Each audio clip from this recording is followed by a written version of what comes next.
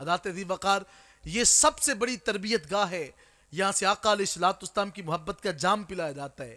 میرے آقا علیہ الصلوۃ والسلام نے جو حضور کی محبت میرے حضور قبلہ عالم نے یہی تو بتایا ہے کہ آقا علیہ الصلوۃ والسلام سے اتنی ٹوٹ کے محبت کرو کہ مدینے دی گلیاں دا میں کتا ہندا، نظر روزے وال لیندا پاک امنی والے۔ تو حضرت ذی وقار فرمایا کثرت کے ساتھ اپنے مالک کو یاد کرنا ہے، اور فرمایا کہ پھر تم اپنے مالک کی تسبیح کو بیان کیا کرو، اور صبح و شام اٹھتے بیٹھتے اپنے جو ہے وہ مالک کی تسبیح کو بیان کرو۔ آج کوئی شخص آپ کو یہ نہ پوچھے کہ آپ کا تعلق کہاں سے ہے، بلکہ آپ کا کردار، آپ کی زندگی کے اطوار اس بات کی گواہی دیتے ہوں کہ آپ کا تعلق سرزمین ہیبت پور شریف کے ساتھ ہے۔ آپ کا اٹھنے والا ہر جو ہے وہ لقمہ جو آپ کے حلق میں اترتا ہے وہ کبھی بھی حرام کا نہ ہو۔ آپ کے جسم کے اندر جو اترنے والا لقمہ ہے وہ رزق حلال ہونا چاہیے۔ میرا آقا علیہ الصلوۃ والسلام نے فرمایا التاجر الصدوق مع النبیین والصدیقین والشہداء۔ میرا آقا فرماتے ہیں وہ شخص جو تجارت کرنے والا ہے لیکن سچ بولنے والا ہے، میرا آقا فرماتے ہیں کل قیامت کے دن وہ نبیوں کے ساتھ کھڑا ہو جائے گا، وہ صدیقین اور شہداء کی صف میں کھڑا ہو جائے گا۔ حضرت ذی وقار کتنا بڑا مقام ہے اس شخص کا کہ جو تاجر بھی ہے اور سچ بھی بول کر اپنے مال کو جو ہے وہ بیچتا ہے۔ تو اس لیے یہاں پہ آنے والا ہر شخص جو ہے اپنے کردار کی فکر کرے کہ میرا کردار حضرت کے کردار کے مطابق ہونا چاہیے۔ حضرت بایزید بستامی رحمۃ اللہ تعالی علیہ آپ کا مرید آپ کے پاس حاضر تھا، عرض کی حضرت آپ مجھے اپنا جبہ عطا کر دیں۔ فرمایا کیا کرو گے؟ عرض کی حضرت اس کو پہن کر اس سے فیض حاصل کروں گا۔ حضرت نے فرمایا جو میں کہتا ہوں وہ تو کرتا نہیں۔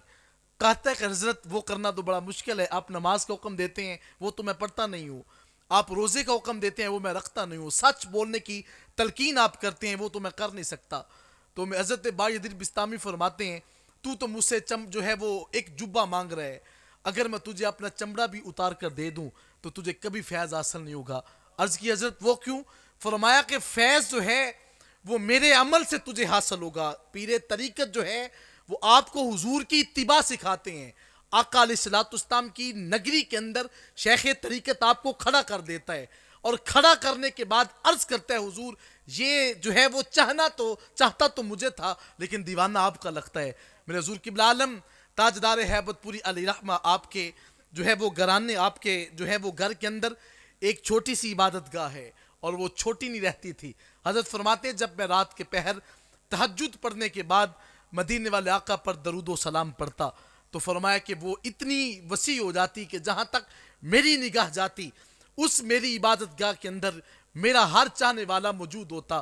پھر مدینے والے آقا کی سواری چلتی، اور میرے گھر آ کر کے جب حضور ٹھہرتے تو میں حضور کی بارگاہ میں ہاتھ جوڑ کر کے عرض کرتا کہ حضور ماڑی ویک کلی جاوی لنگنا تیرا اپنا ہے گھر آوی سنگنا۔ تو پھر میں عرض کرتا حضور یہ سارے چاہنے والے آپ کے ہیں۔ تو حضرت نے ساری زندگی اپنے مریدین کو اسی بات کی تلقین کی ہے کہ آپ زندگی میں کبھی جو ہے وہ نماز کو آپ ترک نہ کریں۔ یہ آج رات کے بلکہ یہ اب تو نماز فجر کا وقت قریب ہوا جا رہا ہے، اور آپ اس حوالے سے مصمم ارادہ کر کے اٹھیں، یہاں سے آنے والا کوئی شخص خالی دامن نہیں جائے گا۔ آپ کی جو ارادہ ہے، جو آپ کی نیت ہے وہ آپ کو مبارک ہو، لیکن خدا کا وعدہ ہے کہ اے میرے فرشتوں یہ عام بندے نہیں ہیں، یہ آئے بڑی دور سے ہیں، ان کے خالی دامن ہے، ان کے پلے کچھ بھی نہیں ہے۔